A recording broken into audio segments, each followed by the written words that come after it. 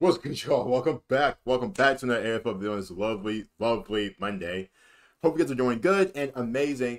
Quick shout out before we even get to the video. Shout out to my dog Kalen, as always, man. Big dog. Shout out to my boy Kalen. 10 worst trades in AFL history. Shout out to my Brisbane Lions for winning again, being Sydney Swans, the best team in the whole league by 2 points. And Brisbane are finally showing. I said like last week, they're finally showing what this team should be doing all season. It took them towards damn near almost the end of the season. We still have like 2 more weeks left, but they have started to get going. They have finally started to get going. And also the Hawthorn, who I'm hoping can make the top 8. I ain't gonna cap. I'm really hoping Hawthorn makes the top 8. Probably had one of the biggest upsets all season, beating Collingwood. Obviously, Jack Ginnivan means a lot more than him. I saw him kiss and bash, stuff like that. Talk about pride, talk about passion. We got that. Anyway, let's go ahead and let's hop straight into the videos. Always don't forget to type the video and sub as well, boys and girls. Let's get it. Most AFL trades tend to be pretty fair, but there are times where they turn out to be the worst decision an AFL club has ever made. These are the 10 worst trades in AFL history. Speak about my boy. Starting off with the Adelaide Crows. At the end of the 2002 season, the Crows traded their 2nd and 18th picks in that year's draft for a 31-year-old Wayne Carey. Even though Carey would play amazingly for the interstate team, scoring 56 goals across 2 seasons, he didn't stay with them for long. He was forced into retirement after a career-ending neck injury in 2004. With their new draft picks, the Kangaroos picked up Daniel Wells and Chris Shaw. And while Shaw failed to debut for them before being delisted 3 years later, Wells certainly made a name for himself. The athletic midfielder played 243 games for the Roos, kicking 150 goals in his time at the club. That's impressive. One of these even won him Goal of the Year in 2004, when he scored with an impressive Jackie Chan-style mid-air kick. Whoa. What is that? In the clutch. But as far as bad trades, we are just getting started. Now, contrary to Wayne Carey, midfielder Michael Martin didn't do nearly as well at the Lions as Brisbane fans would have hoped. Only a year after Martin played in the Western Bulldogs' losing 1998 prelim against Adelaide, the club traded him away. In return, the Dogs received key forward Trent Bartlett and pick 32 in the 1999 draft. Martin would play 10 games for the Lions and average 14 disposals, without even kicking a single goal. A serious injury in a round 12 match against the Tigers saw the end of his career. Trent Bartlett played far better after joining the Dogs. In his time at the Lions, he averaged 3 goals a season. In his first year with the Dogs, he kicked 20. Damn. With that 32nd pick, the Victorian club picked up Daniel Giansiracusa, who went on to play 265 games and kick 331 goals for them, finishing his career as the 9th longest serving player in Bulldogs history. When Gold Coast traded Brandon Matera and pick 2 to Fremantle in exchange for Lockie Weller and the Dockers' 41st pick, the Suns saw it as a fair trade. Weller was coming off an amazing 2017 season, where he averaged 20 disposals a game in the Dockers midfield. Well, Weller has never been able to replicate his brilliance at the Suns. Last season, he only appeared in 9 games. And while the Suns' 41st pick got them a solid defender in Charlie Ballard, they completely lost the trade, because Fremantle used that number 2 pick to select Andrew Brayshaw in the 2017 draft. The 24-year-old has averaged 23 disposals a match across his 6 seasons with the Dockers, making him one of the greatest midfielders in the competition over the last few years. Brayshaw is crazy. He even finished 4th in the... It's only crazy when you think about like Brayshaw, Cripps, Lucky Neal, Miller, stuff like that. Like, obviously we make a trade, you know, you think it's going to be good. Like, obviously, Wayne Carey one was kind of crazy, trading for somebody like 31, 30 at the time, whatever. Yeah, it's still Wayne Carey, who's a freaking great, but, you know, you're kind of hoping he's you know, he still has a bit left in him. Obviously, you know, Miller won Brisbane, just a bad injury, but 2022 Brownlow medal. It sucks, and Brandon Matera proved to be a solid addition up forward, kicking 30 goals in 2019. but the small forward was sadly delisted at the end of 2020. While Geelong's trade with Sydney allowed them to pick up Jason Mooney, who'd play 32 games and score 50 goals for the Cats, they lost pick 8 in the draft. The pick that Sydney would use to recruit Jude Bolton over to New South Wales. Bolton featured in 325 games for the Swans across 15 seasons, putting him in second place for the most games in the red and white. Jeez. Only behind two-time Brownlow medalist Adam Goodes. Bolton even helped the Swans break their 72-year premiership drought in the 2005 grand final against West Coast. Not even his only grand final appearance, as 2012 saw him win his second premiership.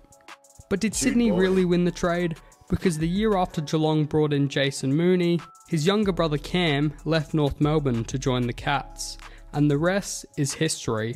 221 games, 297 goals, and 2 premierships that will never ever be forgotten. That's what's up. Port Adelaide made the same mistake as the Dockers by trading away a high draft pick. Hawks winger Nathan Loney was in pretty decent form, and so the Power thought, why not pick him up? They decided to give up pick 14 in the 2005 draft, but in addition to Loney, they also received Hawthorn's pick 53. Loney did play in career best form at the Power, with 20 disposals a game and the occasional goal or two. Port didn't use that 53rd pick, instead sending it away to the Demons, along with future 200 gamer Byron Pickett in another deal. Who did the Hawks get at pick 14? Grant Birchall, one of the greatest defenders to don the brown and gold. Birchall won 4 premierships in his 13-year, 248-game stint with the Hawks, before moving to the Lions to play out his last 2 seasons. Nathan Loney, on the other hand, played 40 games with the Power, before retiring at the conclusion of the 2008 season. That's a freaking legend right there. In 2009, St Kilda gave up their 16th pick in that year's draft to Port Adelaide in a 3-way trade with Essendon and Port that allowed them to pick up Bombers midfielder Andrew Lovett. But Lovett wouldn't play a single game for the Saints because he was quickly pressed with criminal charges and delisted before the 2010 season. Whoa. But you see, like, a lot of these trades are for like mid-round picks, like 14, 15, 16, 17, stuff like that. Like, obviously we've seen some like early trades, but Port Adelaide, man. Hey, man. Could begin. Port were the real winners in this trade, using their first round pick to draft Jasper Pittard. Even though the Port defender fell off towards the end of his stint with the Power, he undoubtedly left a huge mark on the club, featuring in 126 games and picking up 18 disposals a game. He helped Port to their 2014 prelim final against Hawthorn, but his 19 disposal performance wasn't enough to put the Power through to a grand final. Now, trading your second round draft pick for 2 semi-established AFL players might seem like a good choice at first glance, but it wasn't for the Swans in their trade with Brisbane. The first player Sydney received was Simon Hawking. He didn't even don the red and white. After numerous injuries, swiftly ended his career. Who did the Lions pick up with that 31st pick? A future 322 gamer who went on to kick 171 goals and lead Brisbane to a 3-peat, while picking up a Brownlow medal, Norm Smith, and 3 All-Australian selections. And that player was Simon Black. So good. Sharad Wellingham proved himself as an amazing midfielder for Collingwood, debuting with them in 2007 and leaving the club in 2012. He was an influential player in the Pies' 2010 Grand Final replay win over St Kilda, in which Wellingham had 20 disposals and kicked 2 goals. But after losing the 2011 Grand Final and failing... Wait, wasn't that the only Grand Final, I think, in AFL history to have like a... to be played like twice because of like it was a tie, I think, the first time. The second time they played.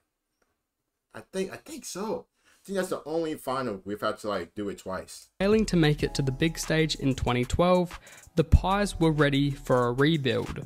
Wellingham was off to the West Coast Eagles, and in return, the Magpies got pick 17 in the 2012 draft.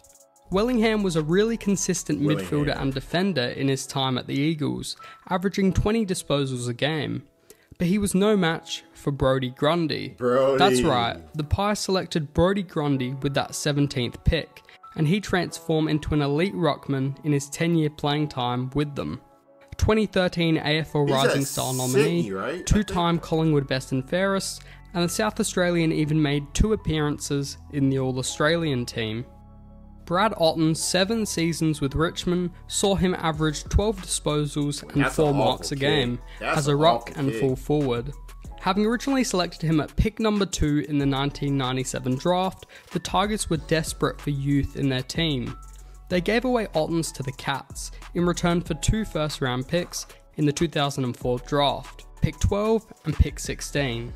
That 12th pick turned out to be midfielder Danny Meyer, who'd only play 17 matches for the Tigers before a trade to Port Adelaide. He wasn't great, only picking up 7 disposals a game. The Tigers' 16th pick landed them ruckman Adam Patterson. He played alright for Richmond, averaging 6 hitouts and 11 disposals a game across 5 seasons. But none of these guys compare to Brad Ottens. He went on to win 3 premierships with the Cats. Even though he played similarly at Geelong as he had at Richmond, with those top tier draft picks underperforming, there's no doubt that the Cats and Ottens got the last laugh. Now, you've made it all the way to the worst trade in AFL history. Well done. And there's no AFL trade worse than Fremantle's 2001 trade with Hawthorn. Oh yeah. Who did Fremantle receive? The Dockers got 2 players. 2 elite key defenders in Trent Crode and Luke McFarlane. In return for these 2, the Hawks received pick 1, pick 20 and pick 36 in the 2001 AFL draft. Seems like a pretty fair trade at first, but that's until you see who Hawthorn picked up with those draft picks. With their first pick, the Brown and Gold nabbed Luke Hodge, who went on to play the most games of any number 1 draft pick, win 4 premierships and earn himself a Norm Smith medal in Hawthorn's 2008 grand final win over the Cats. Are we just going to ignore the Buddy the Sue almost busted his ass? Bro almost fell over, like, whoa. And pick 36 was Sam Mitchell, an extremely lucky stab in the dark by the Hawks. He went on to play 326 games, win 5 club best and fairest, 4 premierships, and have a phenomenal 2012 season that saw him win that year's Brownlow medal, even if he had to share it with Trent Cotchin. If the Dockers never made this horrible trade, maybe they could have won a 3-peat instead. Which trade? But it seemed like Freo got like 2 very good defenders from Hawthorn. But if you look at it in the bigger picture, like he said, Freo could have had the 3-peat and not Hawthorn. So, hey, but they were all pretty good. Simon Black won, man. I tell you, thank you for giving us Simon Black. Absolute thank you. It's just so many players. Like, it's hard for me to remember every single player. I'm not gonna cap to you guys, but some of these trades were just they seem like they sounded good they sounded good, but then some of these players we got trade end up getting like delisted and stuff like that. So like, I'm just here. Like, like they barely played. But you guys let me know the worst trade in AFL history. Shout out to my dog Kaylin again. You guys stay safe. See you guys again. Peace.